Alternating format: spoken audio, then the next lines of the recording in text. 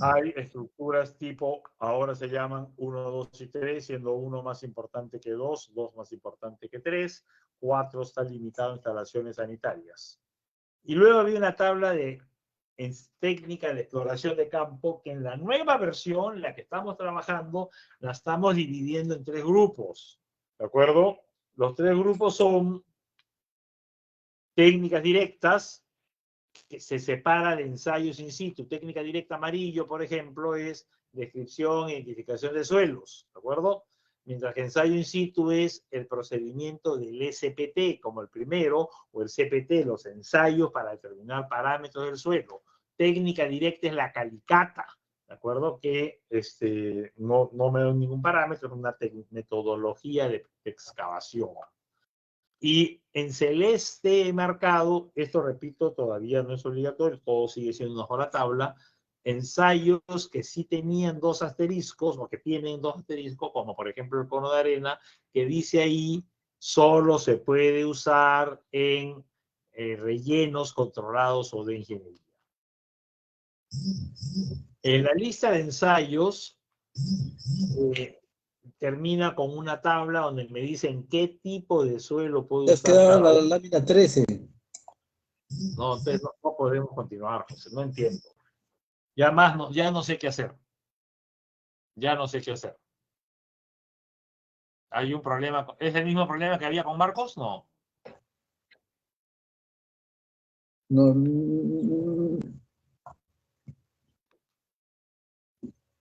Yo la a ver, deja de 13. compartir.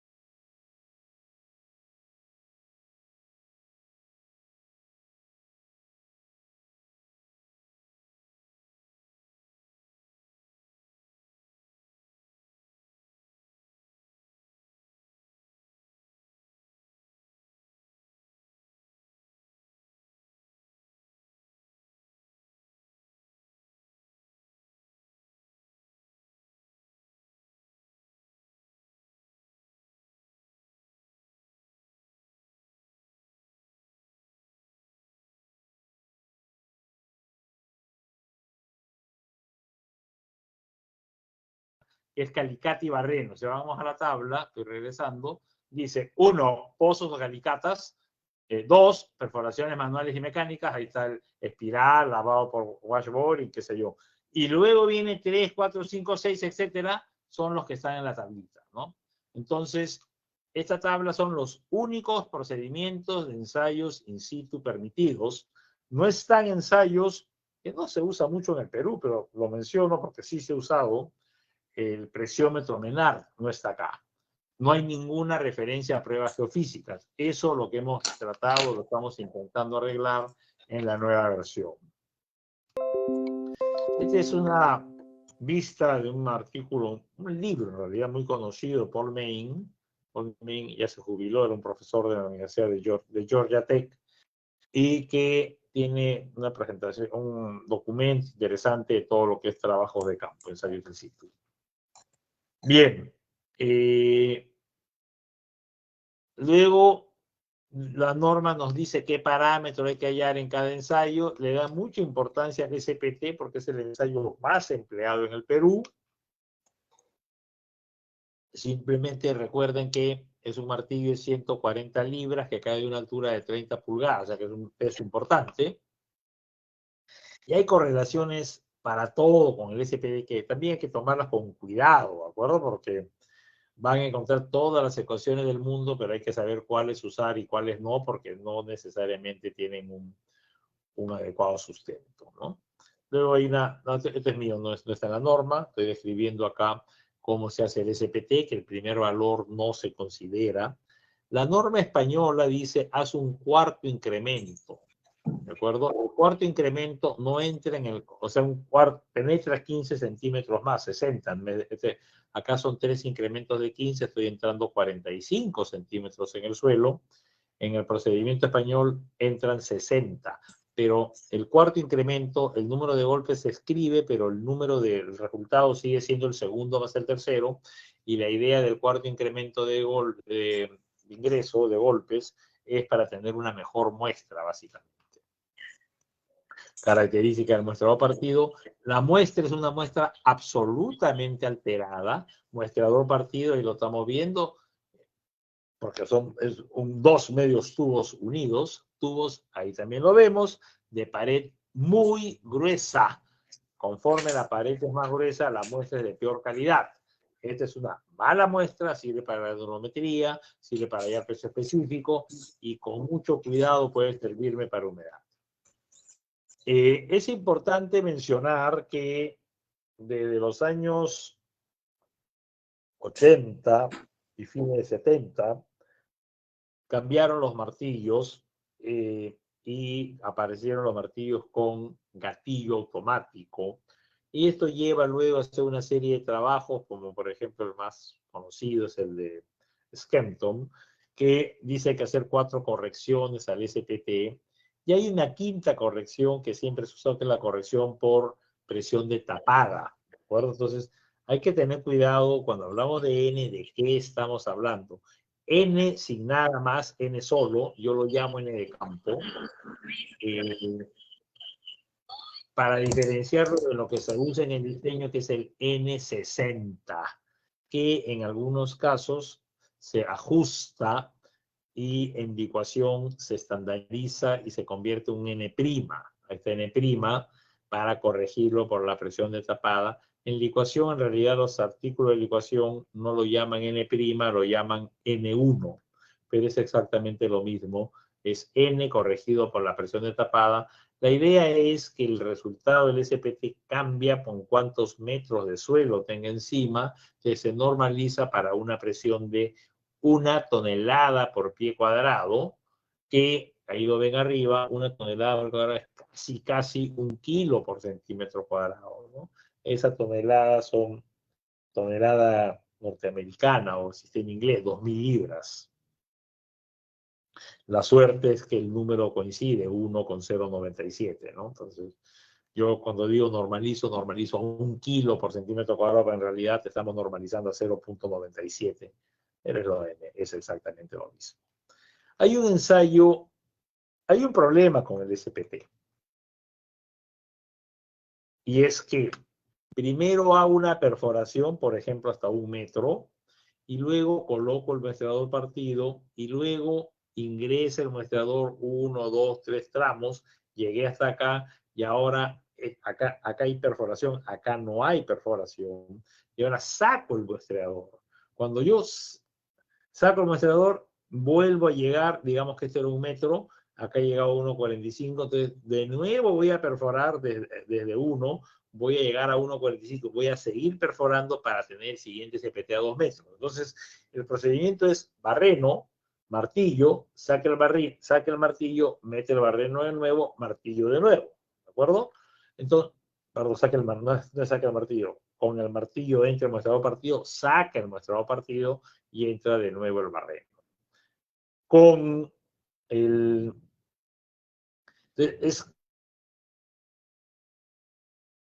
se usa, a mí me dijeron que se había inventado en el Perú, pero se usa en Ecuador, se usa en Bolivia, se usa en otros lados, o sea que ya, verdad, ya no sé dónde aparece el cono dinámico tipo PEC. El cono dinámico tipo PEC es usar la misma energía del SPT, pero reemplaza el muestrador partido por un cono de 60 grados en la punta, y la ventaja es que va a ingresar continuo.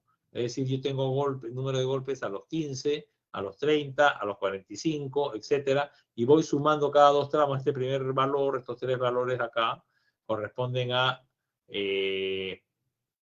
15 más 30, o sea, el número de golpes hasta 30. ¿Por qué? Porque el cono, yo cuento los golpes cada 15. ¿Por qué cada 15? Porque en el SPT, regreso, era cada 15.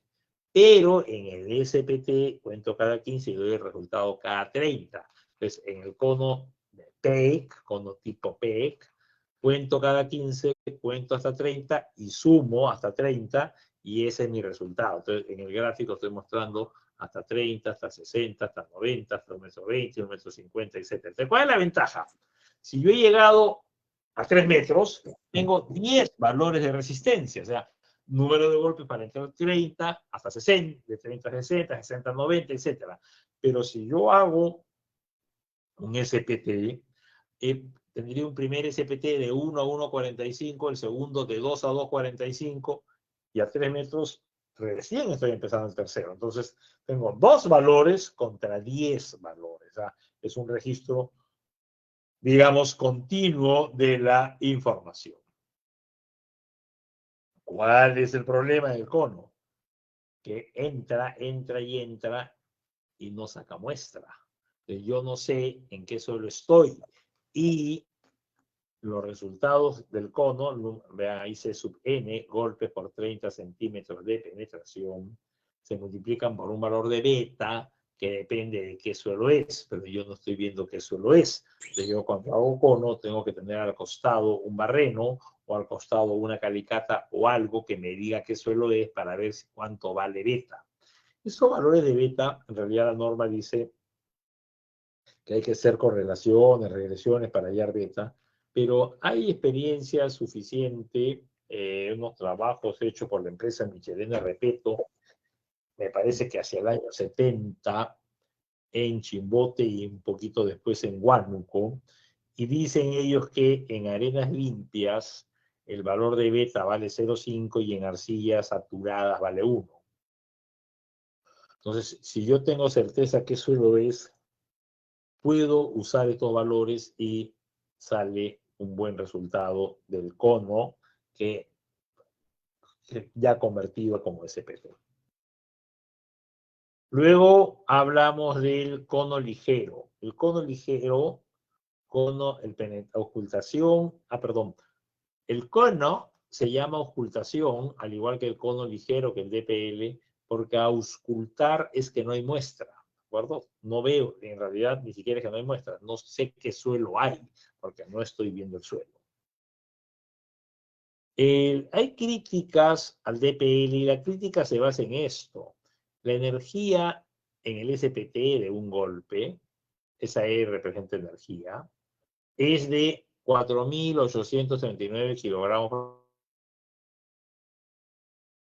DPL es la décima parte, 500 contra prácticamente 5.000. Mucho menos energía. Entonces, ¿cuál es el problema? Que doy golpes y si me encuentro con una piedrita, voy a seguir dando muchos golpes y no voy a poder diferenciar si es una piedrita o una roca. ¿De acuerdo? ¿Por qué? Porque simplemente ya no puedo avanzar. ¿Por qué? Por la poca energía. Ese es el problema que tiene el DPL. Pero si yo lo que tengo es un perfil de arena uniforme, limpia, funciona bastante bien, ¿no? Pero acotado a pequeñas profundidades. Suelos en que se debe usar SP, SW y SM. Siempre combinarlo con el calicatas.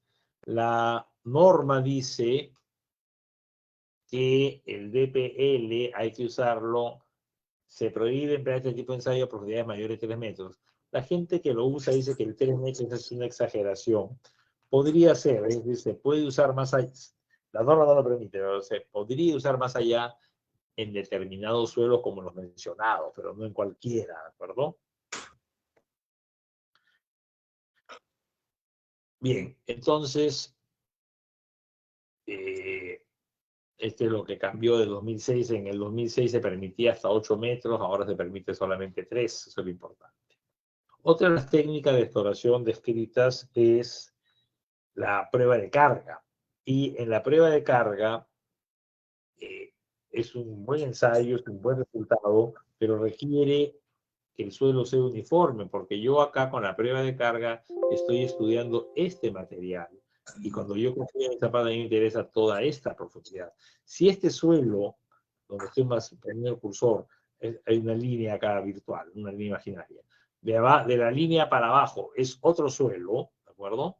Entonces, obviamente,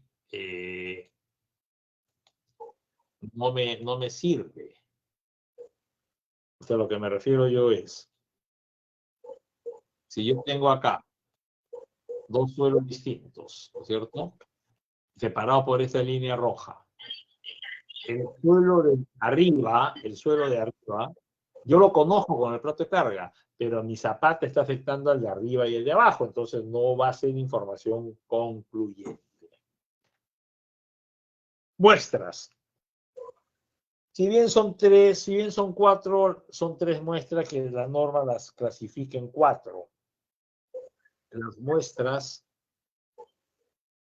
más simples son las muestras que me permiten hacer la numerometría, que son las muestras alteradas en bolsa, y que acá pongo los ensayos en color azul. Las muestras de humedad requieren un tipo de muestra especial que se llama muestra alterada para humedad, la última muestra alterada para humedad en lata sellada, ¿no? Entonces es una muestra poquito mejor, porque la muestra en bolsa, la tercera, lo que yo quiero es mirar la fase sólida, pero en la muestra de humedad me interesa que se conserven los sólidos y que se conserve la cantidad de agua para poder yo calcular la humedad. Por eso la lata es sellada para que no se evapore el agua. El tercer tipo son las muestras inalteradas. Entonces, la primera, la alterada en bolsa, mantiene las propiedades de los sólidos. La alterada de humedad mantiene las propiedades y la proporción de sólidos y agua. La inalterada mantiene todo en conjunto. Mantiene los vacíos completos, es decir, el aire. Hay 2 tipos de inalterada, en bloque, que se saca en calicatas, o en tubo en perforaciones. Aquí ven muestras en bloque y en tubo, inalteradas. ¿Cuál es el problema? Acá está. Si yo estoy trabajando en una arena, y para exagerar, pensemos en una arena limpia, en una arena de playa, yo no puedo tomar más que muestras de alteradas en bolsa. Y con suerte y paciencia, una muestra de humedad. Con 2 relaciones, o sea, yo solamente puedo hallar, perdón, y las relaciones volumétricas, gravimétricas, solo puedo hallar GS y la humedad. No puedo hallar gamma. Entonces, ¿cómo estimo gamma? Hay 1.000.000 de métodos. Yo voy a mencionar lo que yo uso. No es la mejor, no es la única forma. A mí me parece que funciona bien, pero no es la única y no necesariamente es la mejor. El que yo diga que funciona bien no significa que funcione mejor que otras. Es usar este gráfico que está pues en todos los libros, el gráfico de la Marina de los Estados Unidos, que me permite relacionar gamma D con el ángulo phi' en función de cada tipo de suelo, en función de la granulometría o de la clasificación unificada, perdón, en suelos granulares, pero también estas líneas me dan información, estas líneas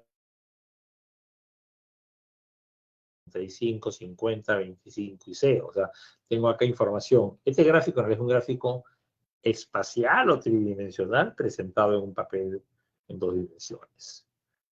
Por otro lado, tengo unas ecuaciones que proporcionó Skempton en 1980 y algo, que son una relación entre la densidad relativa, sigma prima, la presión destapada, y el resultado del SPT. Fíjense que acá, en el NAVIFAC, no aparece el SPT, pero yo lo que tengo de campo usualmente es el SPT. Entonces, ¿qué es lo que hago o qué es lo que hacemos, lo que usamos este método? Tratamos de, o sea, este gráfico es una relación gamma D con, olvídense de phi', con la densidad relativa. Gamma D con la densidad relativa, ¿de acuerdo? Mientras que este gráfico de acá es una relación de la densidad relativa, n es conocido, con sigma prima, pero sigma prima depende de la profundidad y de gamma. Si yo conozco la humedad, sigma prima depende de la profundidad de la humedad que conozco y de gamma D. Entonces, esta ecuación es una segunda ecuación de densidad relativa versus gamma D. NAVIFAC, ecuación densidad relativa versus gamma D. Por lo tanto, yo lo puedo ver matemáticamente como un sistema de dos ecuaciones con dos incógnitas. Y la ecuación de Skempton, mis incógnitas son densidad relativa y gamma D, y lo resuelvo. Y eso es lo que propongo acá en este método, ¿no? Entonces, eso es la forma como yo y mucha otra gente calcula o estima, en primer lugar, la densidad y en segundo lugar, phi' a partir del SPT. Entonces, yo hago esto y yo no hago cono de arena. Y le creo más a este método que al cono de arena, porque este método me está dando una información global, porque esta gráfica está en todos los libros, se usa en todo el mundo. Lo mismo puedo decir de la ecuación de Skempton. Son dos procedimientos absolutamente empleados. Lo que yo estoy haciendo es obligarlos a los dos y decir, oye, ven una única solución. Es una gráfica del libro de Peck. Cuando digo el libro de Peck, no es Terzaghi y Peck, sino Peck, Hanson y Sorboom. Ingeniería de cimentaciones, que relacionan el SP', ¿de acuerdo? Con phi'. Entonces, es un alternativo, si quieren, a los métodos anteriores, pero también se puede usar y no hay ningún problema. Esto es lo mismo en el gráfico de Peck. En realidad, el gráfico de Peck es el verde, y luego está para porcentaje en la 200 hasta 20 y hasta el 30%, índice de precisidad hasta 6 y hasta 11. El gráfico de PEC original es el verde. Sobre el gráfico de PEC hay ecuaciones de Wolf y de unos códigos japoneses. Entonces, yo lo que uso, repito, Skempton y NAVIFAC, pero tengo a PEC a la mano y a veces lo uso para verificar, pero en realidad yo puedo usar dos cualesquiera de estos tres procedimientos y forzarlos a una solución. Ojo, que si uso Skempton y NAVIFAC llevo una respuesta. Si uso Skempton y PEC llevo una segunda respuesta. Y si uso NAVIFAC y PEC uso una tercera respuesta. O sea, no es lo mismo, ¿de acuerdo? Porque hay hipótesis de uno, de otro, y yo estoy forzando la solución y nadie dice, esto no es matemática, esto es ingeniería. Van a haber diferencias y uno tiene que elegir. En general yo elijo Skempton y NAVIFAC, pero uso PEC a veces para contrastar valores. ¿Qué hemos hecho en las discusiones el año pasado con la norma E050? Estamos incluyendo el presiómetro, ya lo mencioné, el presiómetro de Menard, el dilatómetro plano o dilatómetro de Marchetti, método empleado en Francia el primero y en Italia por gusto.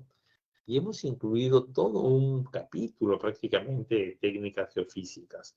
La geofísica es una metodología que tiene más de 100 años y la norma peruana no menciona hoy la palabra geofísica. Entonces, ¿qué estamos diciendo? Mira, hay todos estos ensayos y se pueden usar. Se está acotando la cantidad de pruebas geofísicas porque no puedo hacer yo un estudio solo con geofísica porque la geofísica normalmente ciega. Tengo que hacer geofísica y combinar los resultados por lo menos con calicatas, para ver qué material tengo, y óptimamente complementarla con SPTs o cualquier otro procedimiento que me dé valores y me permita ver el suelo. Entonces, quiero reiterar cuál es la idea del profesional responsable. El profesional responsable hemos dicho ingeniero civil, porque, entre otras cosas, un geofísico hace una parte del estudio del suelo, pero el geofísico no tiene conocimiento de cómo se comporta la estructura o qué cosas hay que hacer en la construcción. Y lo mismo puedo decir del geólogo, o sea, necesitamos como profesional responsable alguien que sepa de cimentaciones, de geotecnia, de estructuras y de construcción. Y la única persona o el único profesional que tiene estas tres características es el ingeniero civil. Entonces, tiene que ser un ingeniero civil y esa es la razón por la que así está normado actualmente. Otra cosa que hemos puesto, cuando estas diapositivas con título verde es cosas que estamos incluyendo en la nueva norma, estamos incluyendo que si hay o sea, la lista actual son 7 pruebas, creo que les dije. La lista propuesta son las 7, más el francés y el italiano, más todo lo que es geofísica. Pero aparte hay un párrafo que dice, si puedes usar cualquier otra técnica, pero me incluyes tu manual, me incluyes la norma de referencia para que el revisor municipal vea qué es lo que has usado, ¿de acuerdo? Si esta nota existiera o hubiera existido en la norma del 2018, no hubiera habido problemas con el presiómetro menor. Nadie le ha hecho problema al presiómetro, pero nos permite reconocer que es algo que faltaba en la norma. Ensayos de laboratorio. Acá de nuevo mis 3 colores. ¿Por qué? La norma tiene una lista, también creo que son 20, 19 ensayos de laboratorio. Y yo los estoy separando en 3 colores en concordancia con lo que estamos poniendo en la nueva norma. En la nueva norma hablamos de ensayos para rellenos, celeste. Celeste para mí ahora, ¿no? Ensayos en muestras inalteradas, verde. Ensayos en muestras alteradas, amarillo. ¿Por qué? Porque no puedo hacer un ensayo triaxial de una muestra alterada. Los ensayos verdes, determinación de gamma, tiene que ser una muestra inalterada. Consolidación, potencial de colapso, triaxial 1, triaxial 2, compresión no confinada, muestra inalterada. Hinchamiento unidimensional, muestra inalterada. Entonces, estamos poniendo claramente eso, separándolo, porque un error muy frecuente, y la palabra error la digo y la repito, es querer caracterizar un suelo a partir de un ensayo de muestra remoldeada. Eso es lo mismo que yo les dijera, quiero hallar cuánto es la resistencia del concreto, ok, ya no tengo concreto, mi probeta se malogró, voy a sacar un poco con pico y lán, pero lo ensayo. Es exactamente lo mismo, estamos rompiendo el suelo, que eso es la muestra alterada, romper el suelo, y lo estoy rearmando. Eso no sirve para nada cuando quiero hallar características de resistencia. Sí sirve si lo que estoy buscando es hallar la granulometría. A la granulometría no le importa que se muevan las partículas mientras que se mantengan, mientras que la muestra sea representativa. La norma restringe el uso del ensayo de corte directo. ¿Por qué? El ensayo de corte directo tiene un rol importante, si quieren, hasta histórico en la geotecnia, pero cuando aparece el triaxial, que estoy hablando de los años 40, se tiene que hacer un costado, porque el triaxial, entre otras cosas, tiene esta virtud, que tiene una zona donde se forma un cono superior, un cono inferior y una zona donde no hay problemas de esfuerzo, que es la zona intermedia. En el corte directo, la altura no permite esto y por lo tanto no es un ensayo de difícil interpretación. Entonces la norma ha optado por algo que de repente no es la mejor salida y es decir, corte directo, 3 asteriscos, solamente para rellenos. De repente, repito, no es la mejor salida y si la persona conoce cómo interpretar adecuadamente el corte directo, podría dar información, pero hay que tener cuidado con esa interpretación. Entonces, la norma restringe el corte directo, restringe los ensayos de controles de densidad y limita la profundidad del DPL con respecto a todo esto al 2006. Programa de investigación mínimo. Ya teníamos nosotros en las estructuras, las obras son 1, 2, 3 y 4 para saneamiento. ¿De acuerdo? Bueno, si es 1, hay que hacer un sondaje cada 225 metros. Si es 2, hay que hacer un sondaje cada 450. Y si es 3, cada 900. En la nueva norma estamos añadiendo el número de sondajes para obras lineales, para muros me refiero, para torres de transmisión. Y en habitación urbana lo que está en medio ya estaba, ¿no? Entonces, esta tabla 6 va de la mano con la tabla que me decía si es 1, 2 o 3. A mí me interesa decir que es 1, 2 o 3 para luego decir cuántos sondajes necesito. Nuevamente, número mínimo de sondajes. Y en segundo lugar, el mínimo siempre es 3. Si yo tengo un terreno de 250 metros cuadrados, debiera ser 200 metros cuadrados de un sondaje. Mentira. El mínimo es 3, así sea 200 metros cuadrados, así sea 10 metros cuadrados, el mínimo es 3.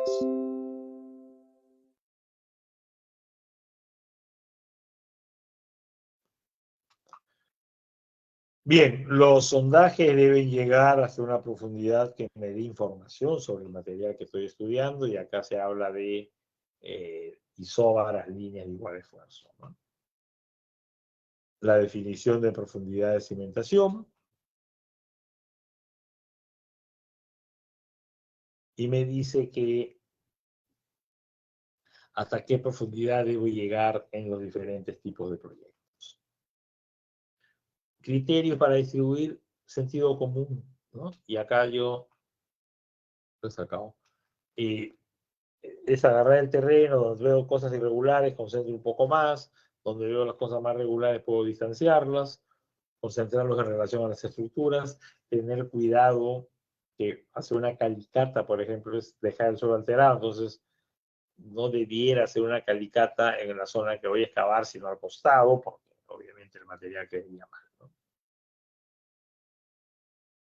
Muestras. Bueno, el profesional responsable determina el número de muestras que deben tomarse tipo alteradas y el número de muestras que hay que tomar inalteradas. Punto. Ahora, lo que la norma no dice, el profesional determina cuántas muestras son. ¿De acuerdo? La versión anterior, la del 2006, decía una muestra cada 2 metros por encima del nivel de cimentación y una muestra cada metro por debajo del nivel de cimentación. Una cada metro o cada vez que encuentres un ensayo, un suelo distinto, perdón. La norma lo que me dice es, tú determinas con tu criterio, punto 1. Punto 2. Las muestras encima del nivel de cimentación son muestras alteradas, porque solo sirven para que yo diga, esto es una arcilla roja, blanda, o sea, una descripción, ¿de acuerdo? Pero si el material encima del nivel de cimentación es material que no va a ser cargado por la cimentación, no me preocupa entonces. Y las muestras ubicadas debajo son muestras inalteradas para yo hacer ensayos importantes en el laboratorio. Cuando tengo una arena y me dice que en vez de tomar una muestra alterada, que no puedo tomarla, voy a tomar una muestra alterada y voy a hacer un procedimiento in situ.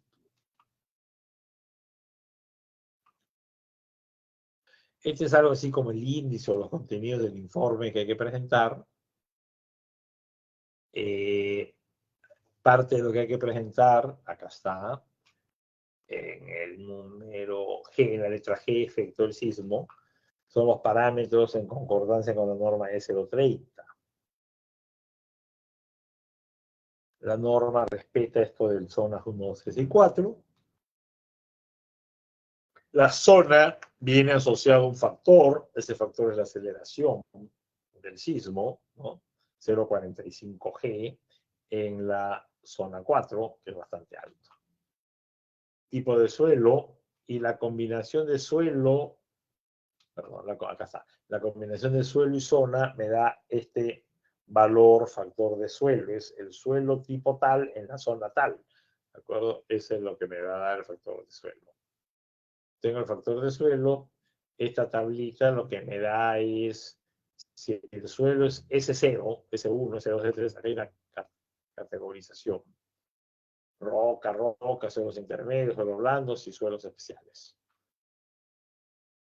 Entonces yo, si en suelos tipo 2, el valor de N, el GPT, debe estar entre el 15 y 50. La 15 y 50 es un rango inmenso, inmenso, ¿de acuerdo? Entonces hay que tener cuidado también con cómo usamos esto y cómo lo usamos con cuidado, ¿no?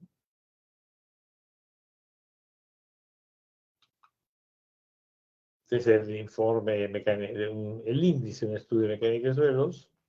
Y este es el anexo que hemos mencionado, resumen de las condiciones de cimentación, ya completado acá, donde digo, ya cuál es la de cimentación, qué material vas a encontrar, en la grava arenosa, cuál es la presión, 4 kilos por centímetro cuadrado. Y ese 4 kilos vale, en el caso de Lima, ¿no? Se va a dar ese parámetro como resistencia. Hay que informar si encontramos algún problema de tipo licuación, colapso o expansión. Si hay sustancias químicas agresivas al concreto, también hay que informar. Bien, en la propuesta de norma estamos incluyendo, para tener algo así como un vocabulario común, una forma de describir los suelos, que es esta tablita. O sea, cuando el suelo es muy suelto, suelto, estos son los términos a usar, y en el caso de arcillas, muy blando, blando, medianamente compacto, compacto, muy compacto y duro. ¿Y cómo lo identifico yo fácilmente en el campo? En este caso con la mano, y en el caso del granular con una barra de punta roma, que penetra, cuando no penetra tal cantidad, si penetra fácil o penetra difícil. Bien. Otras características importantes. Esta es información que suele darse, está en concordancia con una norma AFTM y técnica peruana, que es la de descripción. Entonces, la idea es que usemos este vocabulario a la hora de describir el suelo. Y una cosa que debe estar acá indicada, dentro de la información, color, empleando términos en español. Yo no puedo decir color beige, digo marrón claro. El negruzco, blancuzco, esto también hay que tener cuidado cómo los usamos.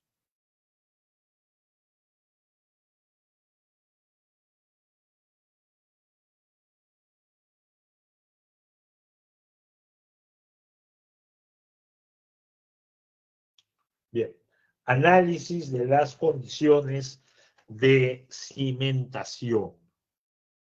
Este es el capítulo 3, el 4 es superficiales y el 5 es cimentaciones profundas. Este es general para los dos tipos. ¿Qué cargas hay que tomar? Algo dice los asentamientos, asentamiento moderable, capacidad de carga, etc. Asentamientos.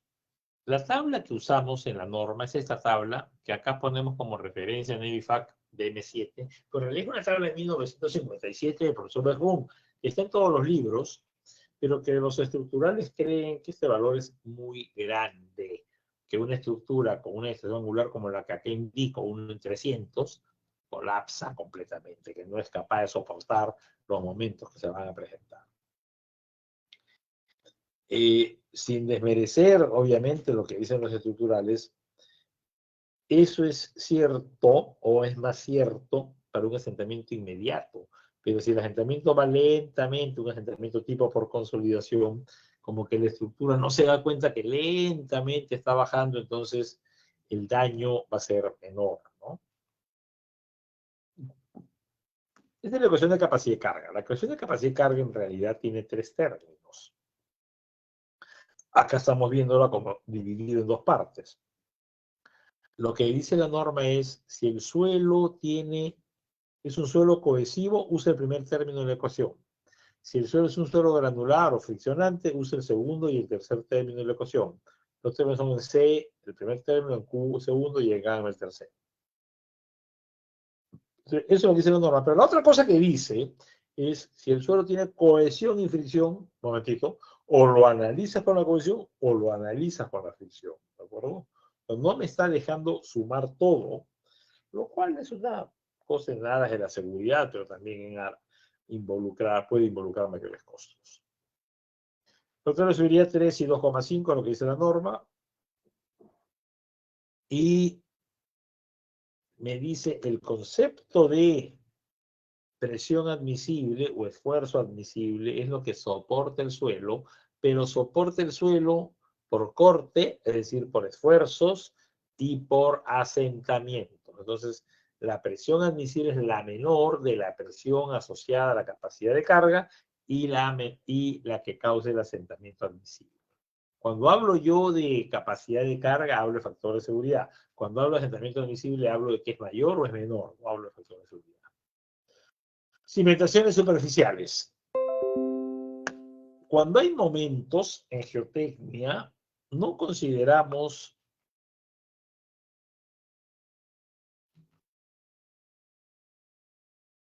un segundo, ¿dónde está? No consideramos la distribución, digamos, correspondiente acá, que es la que corresponde a resistencia material con un ingeniero estructural, sino que decimos, oye, hay momento. Entonces, como hay momento, en vez de usar un prisma de distribución de esfuerzos, voy a seguir, pero en un área más pequeña. Entonces se habla de B' y L'. B' es B menos 2 veces la excentricidad en B, L' es L menos 2 veces la excentricidad en L, pero es B' y L'.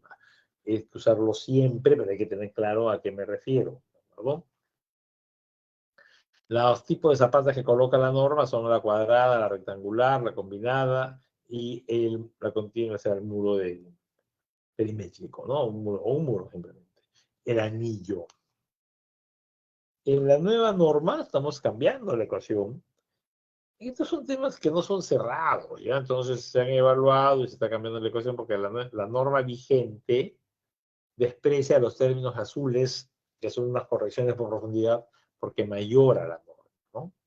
Entonces, yo agarro el libro 1, usted agarra el libro 2 y podemos llegar a resultados distintos con dos métodos igualmente justificados. Hay que tener un poquito de cuidado con esos temas, con esas cosas. Esto es lo mismo que son las ecuaciones que se usan. Y esto es un caso típico de volteo. O sea, esta torre eólica, torre hecha para ganar energía eólica, está sujeta a mucho momento. B', B menos 2E. A mayor momento, mayor E. A mayor momento, menos B'. La zapata se levanta y termina, o sea, ya no hay contacto con el suelo y termina pues volteándose como estamos viendo acá. El método que usamos nosotros es el método de Meyerhoff, que Meyerhoff lo que me dice es, oye, no me importa la forma que tenga la zapata, vamos a asimilarla como un rectángulo y acá da unas pautas de cómo calcular la geometría de ese rectángulo, ¿de acuerdo? Y esa forma de calcularlo,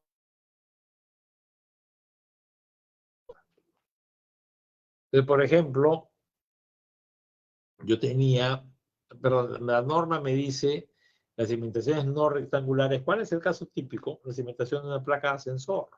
Se asimilarán a que es una suerte de U, se asimilarán a un rectángulo equivalente de la misma área y el mismo momento de inercia respecto del eje de momento resultante.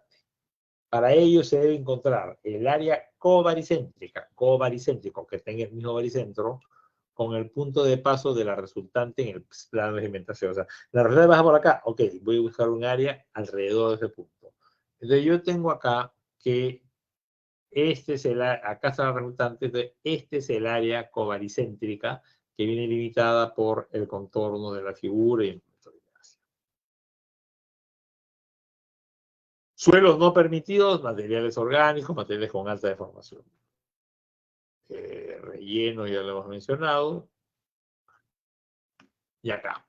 La norma diferencia dos tipos de relleno, perdón, tiene dos criterios diferentes para hablar de dos tipos de relleno. Puede ser un relleno de material selecto o no selecto, y puedo tener un relleno con material selecto, pero que compro, dame 4 kilos de tal cosa y me lo traigo a mi casa, no lo uso nunca en la obra hasta dentro de 3 meses. Es un material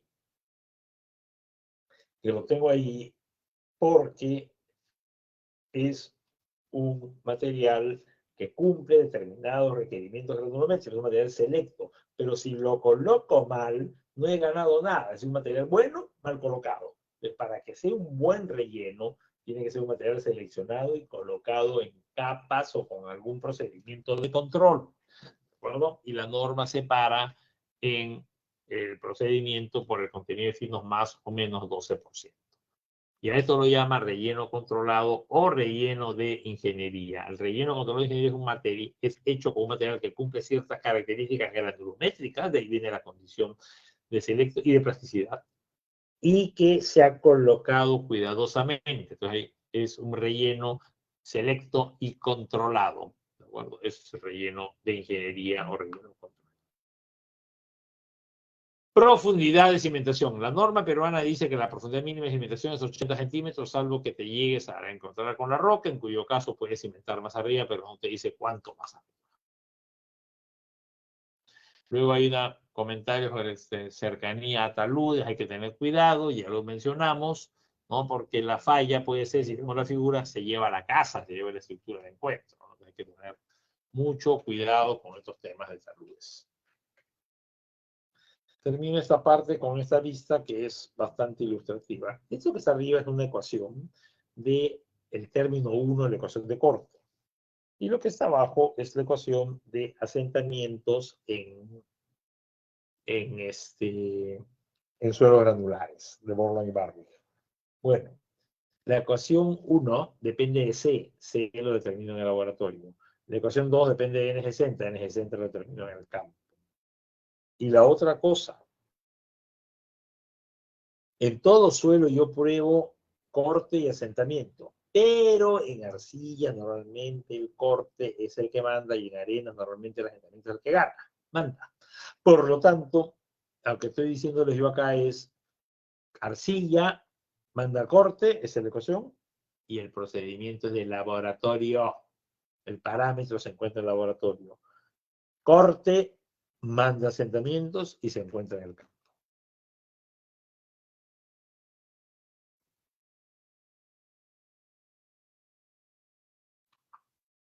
Cimentaciones profundas.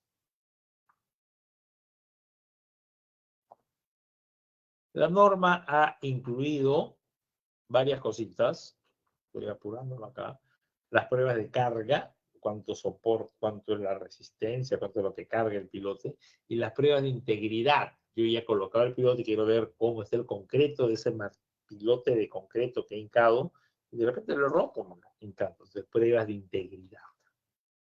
Las pruebas de esfuerzo pueden ser la carga estática y la prueba de carga dinámica. Y acá tienen una prueba de integridad con este juguetito que no me acuerdo cómo se llama.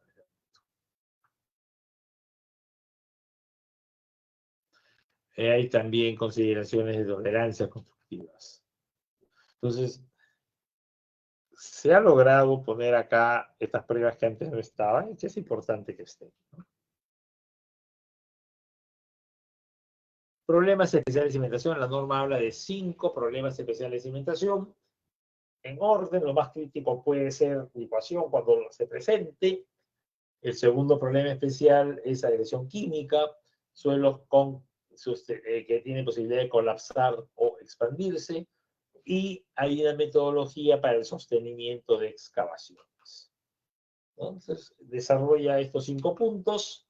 Yo voy a ir directamente a esto que es licuación. Este es un mapa de la UNI de Jorge Alba, en realidad, donde separa las bolitas negras, dice acá yo he encontrado, yo, no es yo Jorge Alba, sino yo sé que ha habido, o sea, alguien ha encontrado que acá ha habido licuación. Eso es lo que significa la bolita negra, y la bolita roja es, parece que acá ha habido licuación. ¿De acuerdo? O sea, licuación probable, porque, o sea, es probable que haya licuación. La primera vez que se da licuación en el Perú es con el sismo del año 70, en Chimbote y en Casma, ¿no? Y la segunda foto, la cuarta, perdón, tiene que ver con el ensayo, perdón, la cuarta foto tiene que ver con los conos de licuación. Cuando se produce la licuación, el agua sale, no, está acá, el agua sale disparada y deja un volcancito. Esta es una foto del Chorro en Camaná del año 2001, donde vemos claramente el tamaño, el volcancito, y acá no está, pero digamos, esta parte de acá mide 10 centímetros. Yo tengo una foto con un lapicero para tener un efecto de escala, pero acá no se tiene idea de escala. Bien, estos son problemas de licuación en el sismo de Pisco, en Tambo de Mora.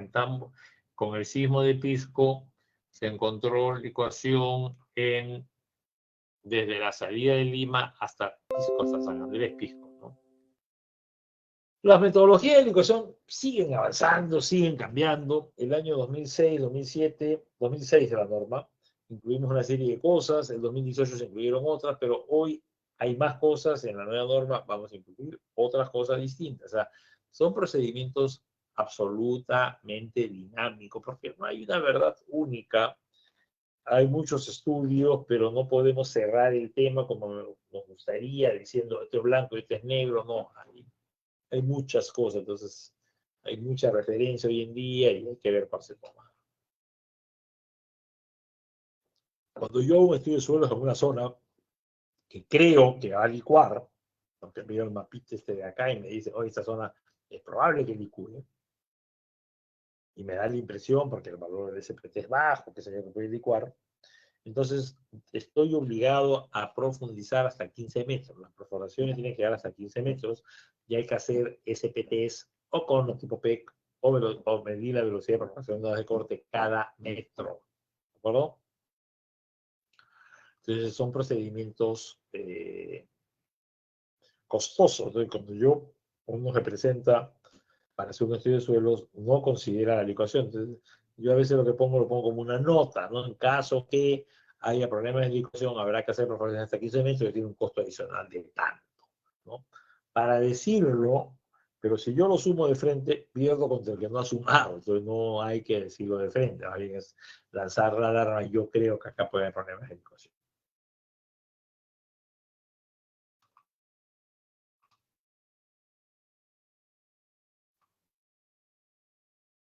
Esta gráfica estamos cambiándola un poco. Ok, entonces, en fácil, la norma del 2018 tiene un buen acercamiento al problema de licuación, pero como todo en esta vida es mejorable y esa es un poco la idea de lo que estamos sacando de la nueva norma. Sostenimiento. Cada vez pues hacemos edificios más altos o hacemos más sótanos, ¿no? El edificio más profundo, creo yo, al año 2018 era el Centro Empresarial del Surco, 26 pisos más 10 sótanos, que llegaba hasta 37 metros de profundidad.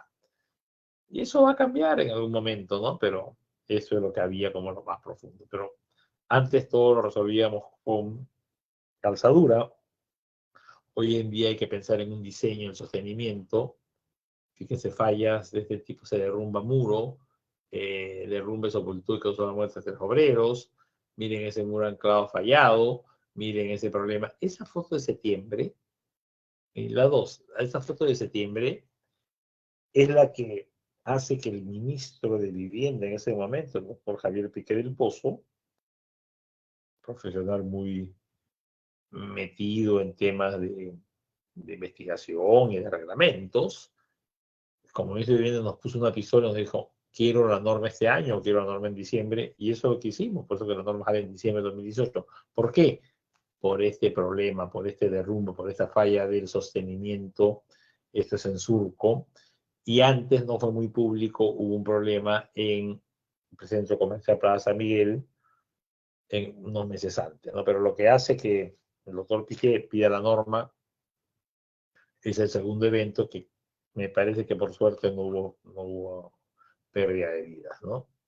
Entonces, la parte de sostenimiento, yo creo que está bien desarrollada, pero mezcla criterios alemanes, criterios brasileños, criterios norteamericanos. Eso ya lo hemos arreglado en la nueva propuesta. Creo que lo que tenemos de sostenimiento es mucho más claro, mucho más adecuado.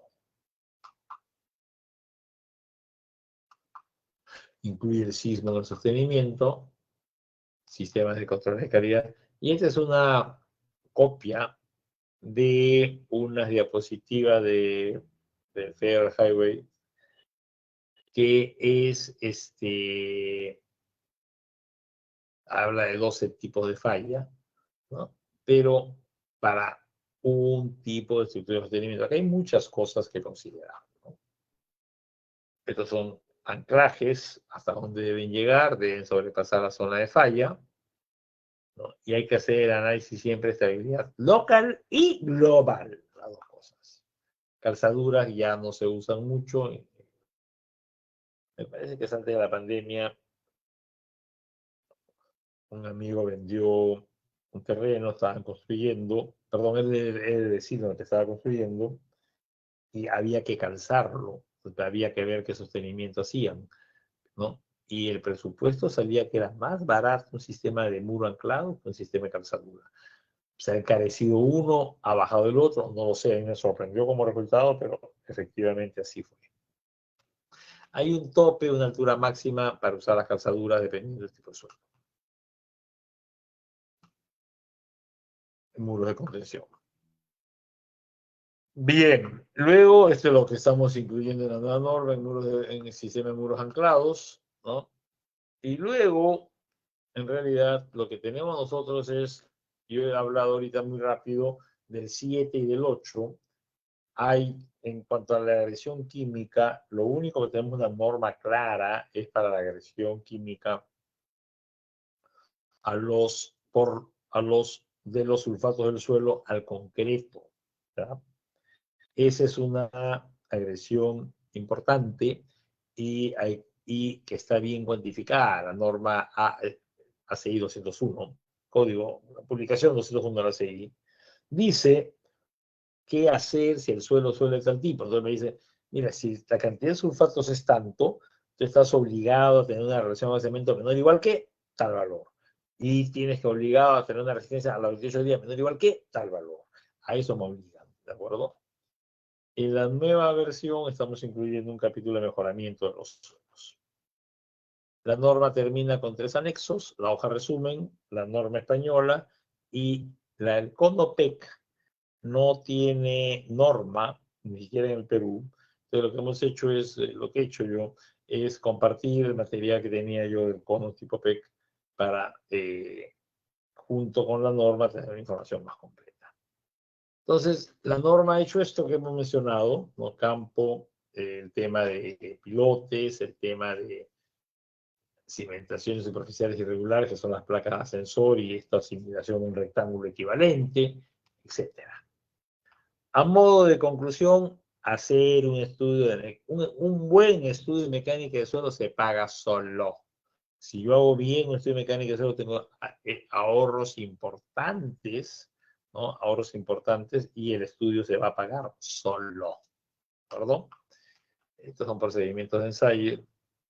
Y lo otro, que no prefiero darle tiempo a algunas preguntas, lo otro es que las características del suelo de cimentación de Ica. Yo acá empiezo con algunas características de los suelos de la costa, de los valles de la costa, desde el Piura hacia el sur. De Piura hacia el sur es toda la costa, pues estamos quedando con un poquito fuera que es Tumbes y parte de Piura, Piura ciudad me refería, ¿no? Entonces, que no tenemos una referencia. Entonces, esta norma, ¿no? Perdón, esta división de los valles o de los tipos de suelos de Piura hacia el sur, ¿no? En los valles de la costa, nos permite más o menos categorizar y son bastante similares, ¿de acuerdo? Ahora, en el caso de primer estrato, depositado por las avenidas del río, Segundo estrato no solo está compuesto de arena, sino el contenido de grava puede variar. Entonces, hay unas pautas generales. Yo incluí acá una publicación que encontré preparando esto, en realidad googleé la palabra, lo que yo sabía que no la había visto en particular, pero sé que el doctor Alba y su equipo, que siempre es Carmen Ortiz, y suele ser un tesista en este caso, no estoy seguro, pero asumo que este señor Riveros hizo su tesis asesorada por Alba y Ortiz. Yo googleo la palabra microsignificación ICA UNI o microsignificación ICA ALBA y me salió el PowerPoint que ellos tenían, ¿no? Entonces, de ahí he tomado esta información ¿no? De cómo clasificaron los suelos y hablan de una clasificación de la ciudad de Ica por los temas geológicos, geomorfológicos, dividen a la ciudad de Ica en 3 zonas en función de la capacidad admisible del suelo, mayor que 1.5, la zona 1, entre 1 y 1.5 y menor que 1, la zona 3, ¿no? Entonces hay una división, pero luego, y esto es interesante, se meten al tema en licuación. Es decir, si tenemos estos suelos, no, acá no está, ML, SN, SP son suelos que pueden licuar cuando está saturado. Entonces, ¿qué es lo que dicen ellos? Si el suelo está saturado, ¿no?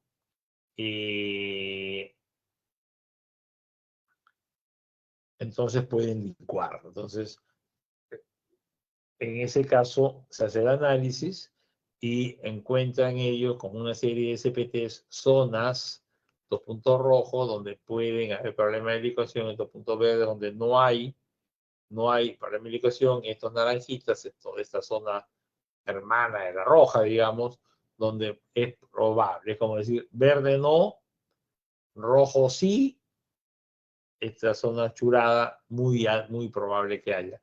El problema es que este rojito se le salió, lo cual es absolutamente normal porque el suelo no es uniforme, ¿no? Esta es una categorización que hacen los de la UNI, pero que mezclan 2 cosas, que no es papas y camotes, son 2 cosas que pueden tener efectos nocivos en las estructuras, que son sismos y el problema de agua, el problema de inundaciones.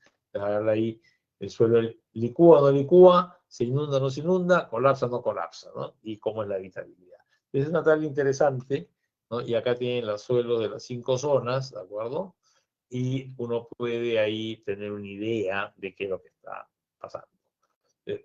Cuando hagan un estudio de suelo, de caso de Inca, tengan esta publicación a la mano para saber qué material voy a encontrar. Otra fuente importante es, Sensico tiene colgados de manera pública, porque lo han dado los que han hecho los estudios, muchos estudios de mecánica solos en el Perú, usted me puede dar una referencia también. Bien, eso es lo que hay de la norma. Voy terminando para dejar un tiempo a las preguntas, pero hay otras cositas que estamos incluyendo o que estamos tratando de incluir. ¿A qué me refiero? Ya lo mencioné que hemos incluido los geofísicos. No he dicho, lo digo ahora, que estamos cambiando lo de sostenimiento por esta mezcla de Alemania, Estados Unidos y Brasil.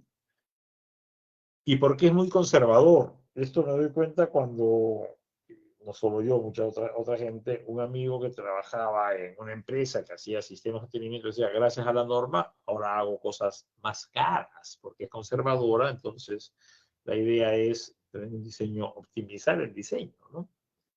Estamos modificando el tema de licuación, todavía no está listo, pero el tema 1 y 2, geofísica y sostenimiento, ya está. El tema 3, ya está la discusión, pero estamos revisando redacción. El tema 4, estamos incluyendo un tema que no es nuevo, que es mejoramiento, que ya había la norma CE020 que les mencioné, taludes y mejoramiento, ¿no? Entonces, pues lo estamos incluyendo porque es una alternativa para el diseño de cimentaciones. Hay que hablar algo de seguridad que no dice, o sea, hay una norma de seguridad que es la G050 que no necesariamente conversa con la norma de cimentaciones, queremos que converse. Falta referencias a mecánica de rocas, no existe, yo no he hablado, no he dicho la palabra rocas. La norma se llama suelos y cimentaciones, no se llama cimentaciones solo sobre suelos, ¿de acuerdo? Entonces, ¿qué hacer cuando encontramos roca? Hay que poner algo tanto para la exploración como algunos procedimientos de campo campo y también laboratorio y diseño. Lo de salud ya lo mencioné. No hay ecuaciones para asentamiento, creemos que hay que ponerlas. No hay ecuaciones para pilotes, creemos que hay que ponerlas. Cuando estábamos discutiendo la diferencia entre cimentación superficial y profunda, hay códigos que reconocen que es un comportamiento distinto a la cimentación semiprofunda. Entonces, hablamos de 2, hablamos de 3. Luego, la norma E030 hoy dice, la determinación de las presiones actuantes en el suelo para verificar esfuerzos admisibles se hace con las fuerzas obtenidas en el análisis sísmico multiplicadas por 0,8. Y eso no decimos nosotros. Nosotros tenemos que llegar a una posición clara y conversar con, y de repente descubrimos que, ok, hay que hacerle caso a la E030, se acabó el problema. Pero de repente reiteramos nuestra posición y en ese caso hay que hablar con la gente de la E030 y decirle, oye, cambia tal artículo porque estás en contradicción con ABC, ¿no? Pero en este momento lo único que les puedo decir es 30 dice una cosa, 50 dice otra. Y lo mismo en concreto que la 60. La 60 dice, se puede considerar un incremento del 30% de la valor de presión admisible cuando estado de carga intervengan cargas temporales. Es decir, si el suelo resiste 2 kilos, resiste un 30% más, ¿no? El 30%, 2,6 kilos por centímetro cuadrado. ¿Por qué? Porque el sismo resiste más. Y eso, la forma como lo tenemos nosotros enfocado, es distinto. El punto 4 es más importante y mucho más complejo.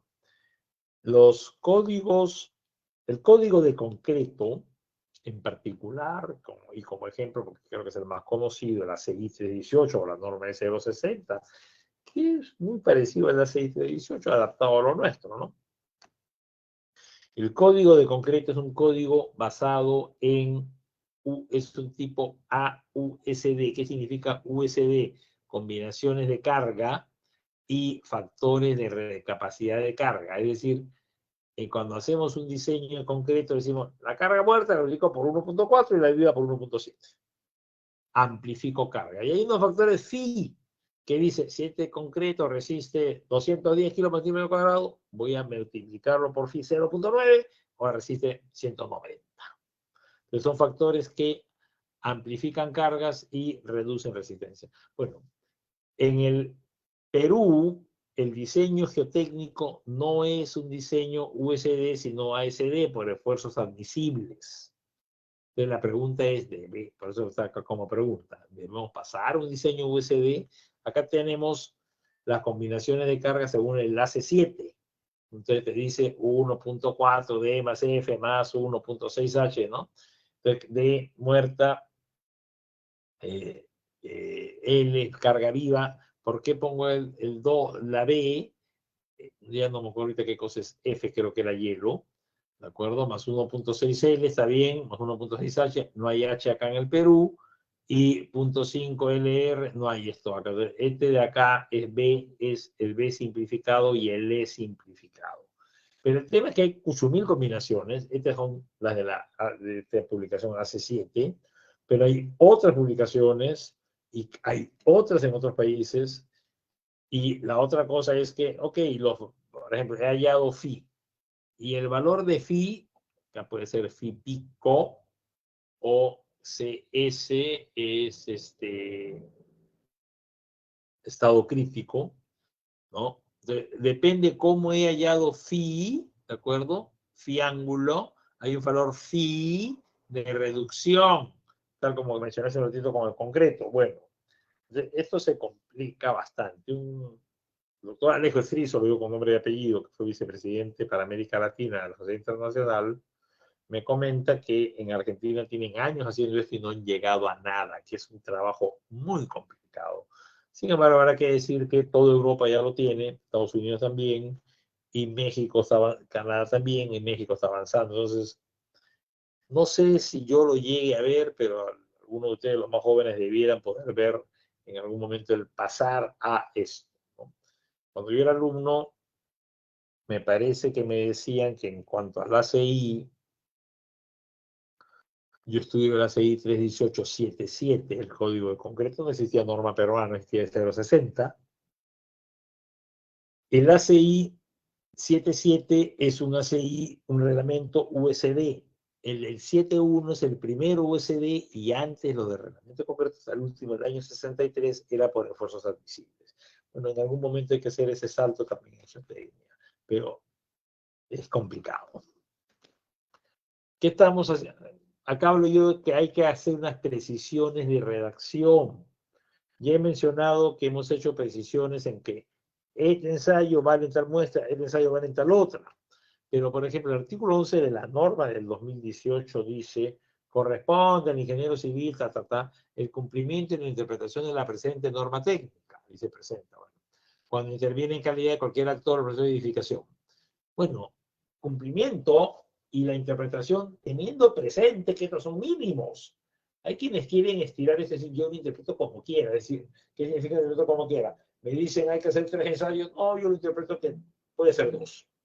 No, si me dicen 3 es mayor igual que 3, no es 2, ¿de acuerdo? Entonces, queremos refrasear esto para que no haya dudas y no haya que alguien quiera hacer simplemente lo que le hace los forros sin hacer las cosas, entendiendo, perdón, que esta norma es una suma de requerimientos mínimos. Yo tengo en la cabeza siempre el valor de dos cosas que es justamente en el ACI. El ACI que yo uso como estudiante, y actualmente también, tiene ACI 318, reglamento y comentarios. Y la PCA, la Asociación de Fabricantes de Cemento Portland, sacó un manual de ejercicio, por darle algún nombre, no recuerdo el nombre exacto de la publicación. Esa combinación, reglamento, comentarios y ejemplos, es magnífica. La pregunta es, ¿debemos hacerlo? Yo creo que sí. Hay tiempo, hay que encontrar el tiempo para hacerlo, para que la norma esté completa. Yo creo que la E030 ya sacó comentarios. Es lo siguiente, cuando terminemos sacar estos ejemplos, porque entramos en terrenos complicados. ¿No? Hay una presión para hacer los ensayos solamente en laboratorios certificados. En realidad estoy expresándome mal. No existe laboratorio certificado, existen ensayos certificados en laboratorios.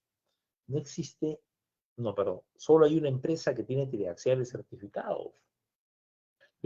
Si me aprueban que los laboratorios tienen que contar una certificación, solamente esta empresa es la única que podría hacer triaxiales. No puede ser. Entonces, esa es un poco la razón por la cual se ha estancado esta obligatoriedad de laboratorios certificados, pero debiéramos avanzar a eso. Es decir, yo mañana me compro ni siquiera un horno, me imagino que quiero hacer un ensayo muy simple en grava o arena.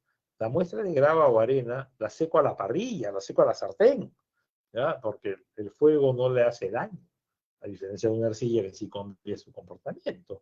Entonces, con cosas mínimas yo puedo hacer ensayos. ¿Qué validez, qué tienen, qué no tienen? ¿Quién me dice que cuando yo leo 1 kilo es 1 kilo y de repente es 0.9, de repente es 1.8? O sea, hay que calibrar los equipos, ¿no? Un equipo que hay que calibrar es el SPT. Yo sí creo que hay que calibrar el SPT, pero no me gusta vender la idea de calibrando el SPT todo está resuelto. Eso está mal. El problema del Perú es que tenemos SPTs, o hay gente que hace SPTs que son todo menos S. La S de SPT es estándar. No están estandarizados. O sea, en vez de usar 140 libras, la primera condición es el martillo pesa 140 libras que hay en una altura de 30 pulgadas. No, mi martillo no pesa 140, pesa 120. Eso no sirve. ¿De acuerdo? Eso no sirve. Entonces, cuando yo lo calibro, yo puedo decir la energía aplicada por este martillo de 120 libras es tanto, y ya está calibrado.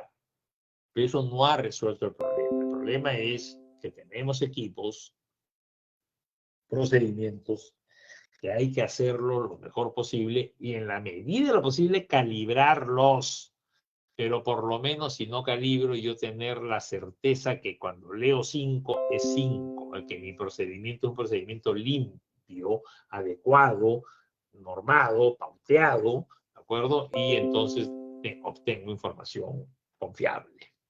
Dejo esto como última diapositiva, ahí tienen mi correo para si quieren en algún momento escribir, hacer alguna consulta, algún comentario.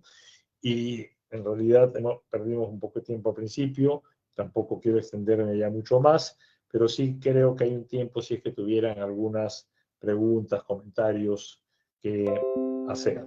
En ese caso, podríamos verlos del chat, o no sé, ingeniero Amado, cómo tiene previsto ver los comentarios.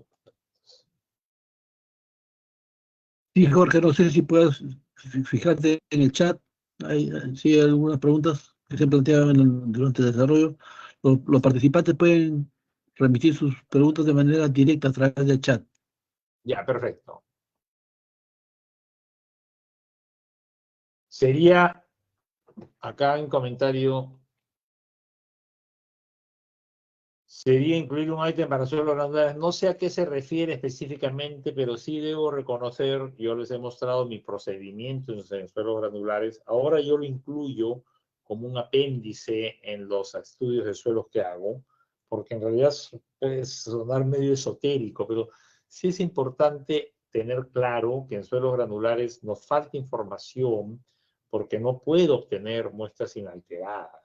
Ese es un problema y hay que ver la forma de resolverlo. Entonces, este comentario sería incluir un ítem para suelos granulares. Yo sí coincido con eso, pero de repente pues tendría que venir en esta parte de comentarios, en esta parte de ejercicios tipo PCA que comentaba hace un momento.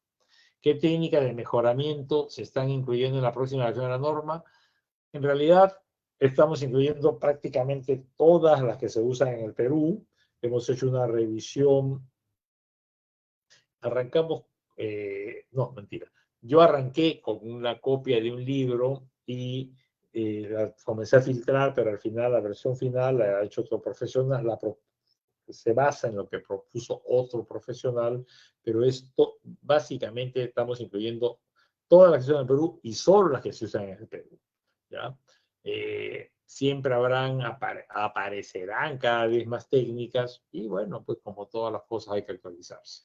¿Qué ensayos geofísicos se pueden utilizar para determinar el periodo del suelo, ya que la norma 31 indica emplear Correcto.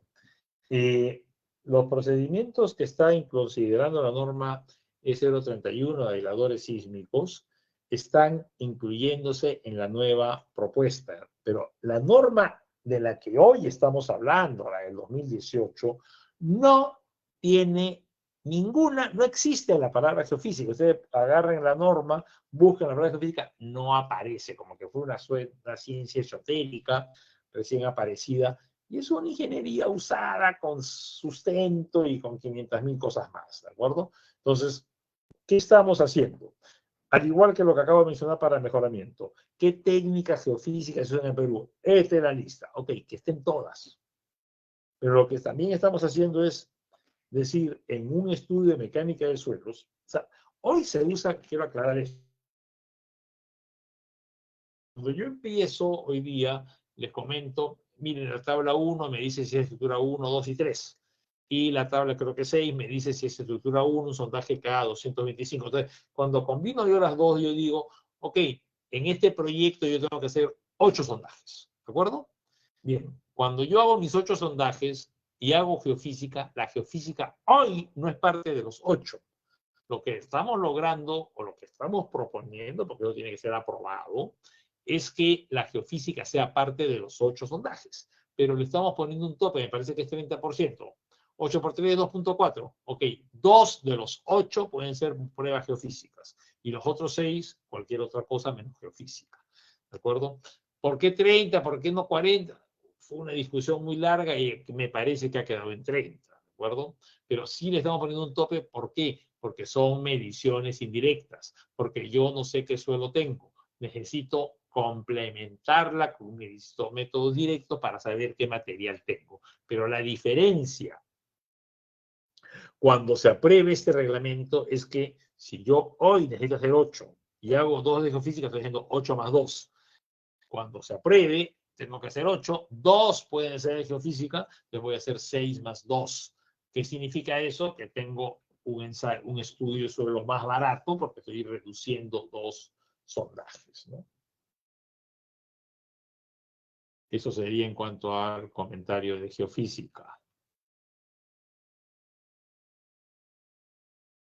No hay nada. ¿Qué opinas sobre la utilización de rellenos controlados de bajas cimentaciones y edificaciones como estatua de apoyo y cómo comprobar la capacidad portante de tener estrato, cada cuántas capas de compactación se recomienda verificar la capacidad portante o parámetros de diseño estructural. A ver, el relleno controlado es un material que cumple con todos los requisitos de resistencia, ¿de acuerdo? Entonces, es un material adecuado y yo no tengo ningún problema en utilizar rellenos controlados debajo de las cimentaciones de edificaciones como estrato de apoyo. La norma lo permite y creo que está bien. La norma del 2006 decía que la forma de evaluar los rellenos controlados era con SPTs, o una de las formas. Eso se ha excluido. ¿Por qué?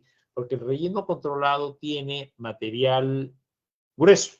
Entonces, cuando yo hago un SPT y encuentro partículas de grava, no va a entrar el SPT. Entonces, se ha sacado y básicamente el control fundamental en el relleno. Sin embargo, se mantiene mi observación a la densidad. El cono de arena me da información de 15 centímetros. Entonces, ¿qué tengo que hacer? Hago una densidad con cono de arena, por ejemplo, entonces tengo la densidad de los primeros 15 centímetros, ¿de acuerdo?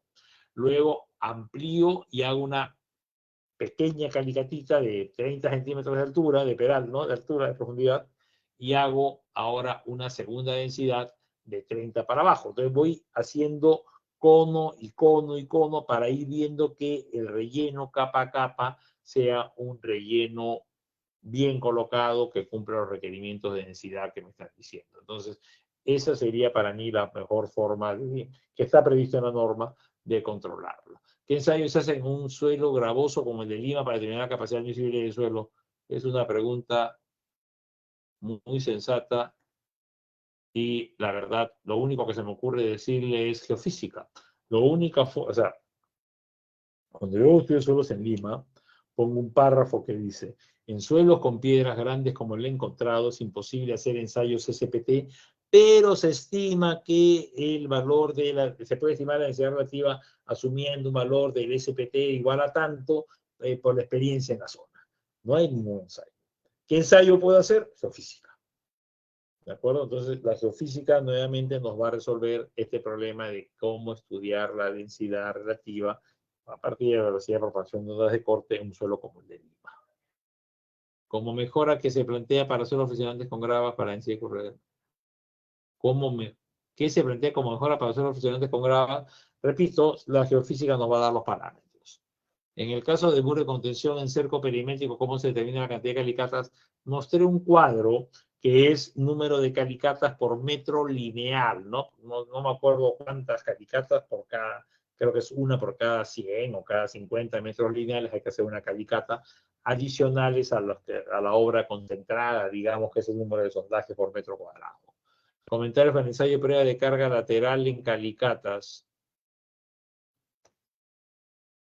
Es un ensayo que funciona, ¿no? Bien hecho, yo no tengo absolutamente ningún problema. El problema es en la palabra bien hecho, ¿de acuerdo? Entonces, hay que tener cuidado, pero me acuerdo de otra cosa y es en un proyecto que estaba viendo, no hecho por mí, habían estimado para Lima, para la grava, habían estimado los parámetros en base a 20 ensayos hechos en Lima en diferentes sectores. Y alguien pedía, oye, haz un corte a gran escala, un ensayo de corte a gran escala. ¿Cuál es el problema? Que ese corte a gran escala me va a dar información puntual, ¿de acuerdo? Y si yo me muevo 5 metros, ya no vale ese resultado o puede salir distinto ese resultado. Entonces, desestimar información de estadística, digamos, de muchas cosas hechas por ahí, no tiene sentido en un material, digamos, en este caso, tan conocido como es el caso de la grava de Lima.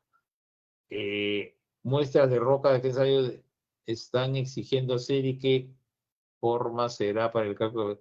Ya, en el caso de rocas no hemos hecho nada todavía, ¿de acuerdo? Pero yo creo que hay que incluir una información mínima de ensayos, ¿no? El sistema de estación geomecánica, el tema del PLT, obviamente RQD, ¿no? Y alguna cosa de laboratorio. En cuanto a cálculo de capacidad portante en rocas, Yo lo que uso es un procedimiento español, los autores son Alcibiades Serrano y Claudio Olaya, me parece que ya está incluido como código español, pues está en la mayoría de libros, que es una cosa muy parecida al procedimiento de Zapata, pero pensado en rocas, ¿no? No es lo único, nuevamente, no es lo mejor, creo que funciona y es relativamente nuevo y hay bastante evidencia, pero acá nuevamente, si en suelos entramos a una caja de Pandora, esta es la super caja de Pandora, hay muchas más posibilidades. Comentario de corte directo, in situ en suelos granulares, lo acabo de hacer, es un ensayo que sirve, es un ensayo que funciona, pero, por ejemplo, el corte directo es un ensayo que lo que a mí me va a dar es resistencia al corte. El suelo granular no falla por corte. Si yo hago una prueba de carga, un ensayo de corte directo en Lima, me va a salir un valor altísimo de resistencia, que es cierto, pero el suelo granular falla por asentamiento, ¿de acuerdo? Entonces, eso no lo voy a medir con el ensayo de corte directo. ¿Con qué metodología se diseña un relleno controlado? Más que, o sea, yo lo que digo es, necesito un suelo que tenga tales parámetros de resistencia y esos parámetros de resistencia los asocio a una densidad. O sea, más que una metodología de diseño, es algo así como, entre comillas, una tablita, densidad versus resistencia, que haya pastos, ¿de acuerdo? Entonces, y que son bien conservadoras, es decir, la resistencia que se obtiene finalmente es mayor. Entonces, por eso que es tan fácil de controlar a partir de ensayos como el cono de arena. Sobre suelos saturados, ¿qué aplicaciones se tendría? La norma en realidad no habla, ni dice, no dice nada de suelos saturados. En realidad la pregunta debería ser qué hacer con suelos parcialmente saturados. Pero en suelos, la norma, la mecánica de suelos clásica separa el mundo en granular y cohesivo. O eres granular o cohesivo. No, yo tengo fricción de cohesión. Mentira. O elige, y lo he dicho hace un rato, o eres granular o eres cohesivo. Y eso está mal. Igual me dice, el principio de fuerzas efectivas de tercera está pensado para, funciona muy bien, saturado o seco. Pero un suelo parcialmente saturado tiene una presión efectiva que no es la misma que si estuviera saturado y que la despreciamos, ¿de acuerdo? O sea, son cosas distintas. Entonces, el comentario es, en realidad, yo más que pensar en suelos saturados, que habría que preguntarse qué vamos a hacer con abordar este tema ya tan vigente de suelos parcialmente saturados.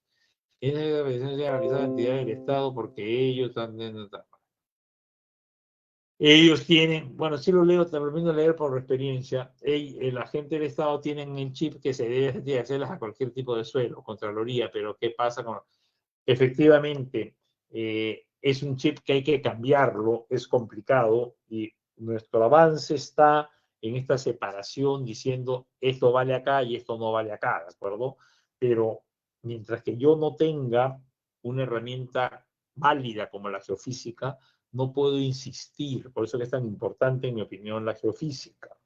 ¿Por qué? Porque yo no puedo hacer nada. O sea, ¿qué puedo hacer en una arena? Sí puedo hacer algo, me refiero al cono, al ensayo al ensayo de cono, ¿no? Lo que se llamaba cono holandés, ¿no? Sí puedo hacer eso o geofísica, pero si no, no puedo hacer nada en una arena, ¿ok? Y en una grava es un poco más complicado. Entonces, no, no tiene sentido. O sea, ¿qué pide la gente del Estado? Y está mal, por no decir pésimo. Piden triaxiales en suelos granulares que no sirven y piden, no puedo remodelar la muestra, hazla igualita, no importa, hazla con la muestra remodelada. No puedo, perdón, tener una muestra entera, hazlo con la muestra remodelada. Mentira, eso no sirve para nada. Y repito, exagero, pero les dije hace un rato, es como agarrar concreto molido, meterlo en una probeta y llevarlo a ensayar. ¿Cómo calcularemos los parámetros como ángulo de fusión y cohesión para suelos granulares que tengan bloques o materiales coluviales que en el DPT no podría? Experiencia, ojo, y si quiere, y si depende de su religión, se encomienda a Alá o a la Virgen, porque no hay mucho más que decir, ¿de acuerdo? O sea, pero nuevamente, la geofísica me salva, ¿de acuerdo? Por eso, repito, el tema el no tener geofísica es una cosa muy grave, ¿de acuerdo? Porque estamos a ciegas en todos estos materiales y la geofísica puede que no sea la solución o mis grandes ojos para curar la ceguera, pero es entre eso y nada, creo que es bastante mejor, ¿no? Entonces, abrirle la puerta a la geofísica, saberlo interpretar, saberlo usar, creo que va a ser muy importante. Termino, José Luis, que ya faltan 2 o 3, me parece, o 5. Creo que sí. Bien, te escucho. Bueno, Jorge, solamente para agradecer tu presentación, tuvimos al principio un momento de funcionamiento No, del sistema, pero hemos concluido, creo que de buena manera. Solo para agradecer tu presentación y darte la palabra para tus recomendaciones finales. ya. Sí, estoy de acuerdo con mucho de lo que se dice acá. Repito, a los que no les haya contestado, les reitero, no sé si pueda mostrar si es que puedan ver ellos, están viendo mi pantalla, este es mi correo, pues en todo caso se los digo, jorge.segarra@pucp.edu.pe. Escríbanme y yo en la medida que pueda, que tenga tiempo, robe tiempo por acá, por allá, yo siempre contesto. No digo que contesto en el momento, pero sí contesto. Coincido con muchas de estas observaciones, muchos de estos comentarios, que, repito, no es que sea la panacea, creo que muchos se pueden arreglar con la geofísica. Coincido con que hay un problema en las entidades públicas, coincido en que es necesario hacer capacitaciones, ¿de acuerdo? Porque hay un desconocimiento. Cuando yo empiezo a trabajar en esto de mecánica de suelos, había 4 personas en el Perú que hacían mecánica de suelos y habían 2 laboratorios. Hoy ya no son 4, hoy son 4.000 y de repente hay 2.000 laboratorios. Entonces, hay un problema y hay mucha dispersión, mucha variabilidad entre el informe que puede hacer A, B o C y los ensayos, la calidad de los ensayos de campo y de laboratorio que puedan ser determinadas entidades. Entonces hay que tener mucho cuidado y hay una necesidad importantísima de capacitación porque la norma va cambiando, tiene que cambiar y nosotros de lo que tenemos que tener es criterio para saber interpretarla y estar al día con las cosas que salen. Si yo comparo, y acá termino, José Luis, los métodos de diseño que me enseñaron a mí como alumno hace 40 años que terminé y los que enseño yo, todas las ecuaciones son distintas. Todas. Las ecuaciones de capacidad de carga son distintas. Las ecuaciones de asentamiento en arena son distintas. Las ecuaciones de licuación son distintas. Ahí lo tienen, ¿de acuerdo? Entonces, todo ha cambiado, ¿de acuerdo? Y todo va a seguir cambiando porque cada vez se encuentra algo supuestamente mejor y hay gente que sigue usando las ecuaciones de Terzaghi de 1940 y tantos, donde eso no puede ser.